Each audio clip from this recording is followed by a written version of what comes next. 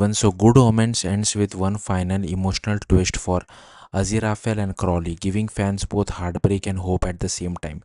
Set a few years after season two's cliffhanger, the finale finds Crowley completely detached from help, living alone, drinking, gambling, and avoiding everyone. Meanwhile, Aziraphale is back in heaven trying to reshape the second coming into something less destructive for humanity. But everything falls apart when Jesus escapes heaven and the mysterious book of life is stolen. Things get even worse when entire parts of existence begin disappearing. Angels vanish, Earth starts collapsing, and eventually pieces of the universe itself are erased.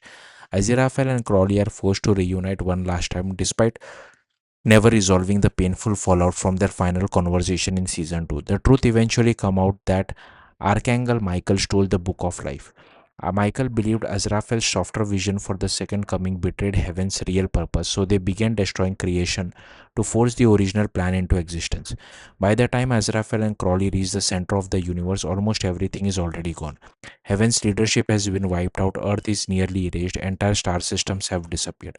Aziraphale tries compassion even at the very end, telling Michael that he forgives them, but it changes nothing. Michael burns the remaining pages of the Book of Life and reality itself collapses.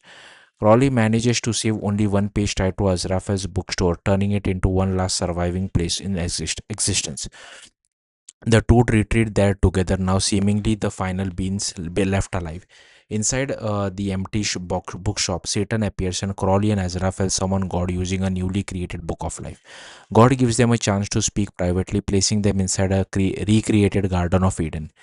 It's there that the finale finally delivers the emotional conversation fans have been waiting for. Azraphale admits all he truly wants is to be with Crowley. Crowley forgives him but explains that he wants something even bigger, a universe without heaven, hell, angels, demons, or endless control over humanity. He wants humans to simply live as humans. After everything they have witnessed, Azraphale agrees. Together they ask God to create an entirely new universe free from the influence of good and evil. But there's a cost. God warns them that if this new reality is created, they themselves will cease to exist, even knowing that they still choose humanity over themselves. Before they disappear, Aziraphale gently kisses his finger and presses them against Crowley's lips in a final goodbye. Then both of them vanish so the new universe can begin. But the finale has one last surprise. The story jumps to this recreated universe where Crowley and Aziraphale exist again, not as celestial beings but as ordinary humans.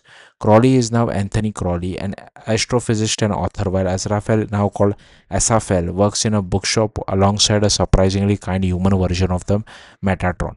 When Crowley walks into the shop, the chemistry between them is immediate. Encouraged by the Metatron, Aziraphale asks him out to dinner, beginning what's clearly the relationship they never fully allowed to have before. The final scene then jumps ahead 20 years, showing the two older and happily stargazing together in their backyard. Crowley is wearing a wedding ring, strongly implying they eventually married. The ending makes it clear these are not literally the same as Raphael and Crowley from the original universe. That reality truly died, but the finale suggests something even more meaningful. That no matter the universe, no matter circumstances, they always find each other. And that's ultimately what Good Omens leave viewers with. The original angel and demon sacrificed everything so humanity could finally exist without cosmic manipulation. In return, they were given something they never truly had before, a simple human life together.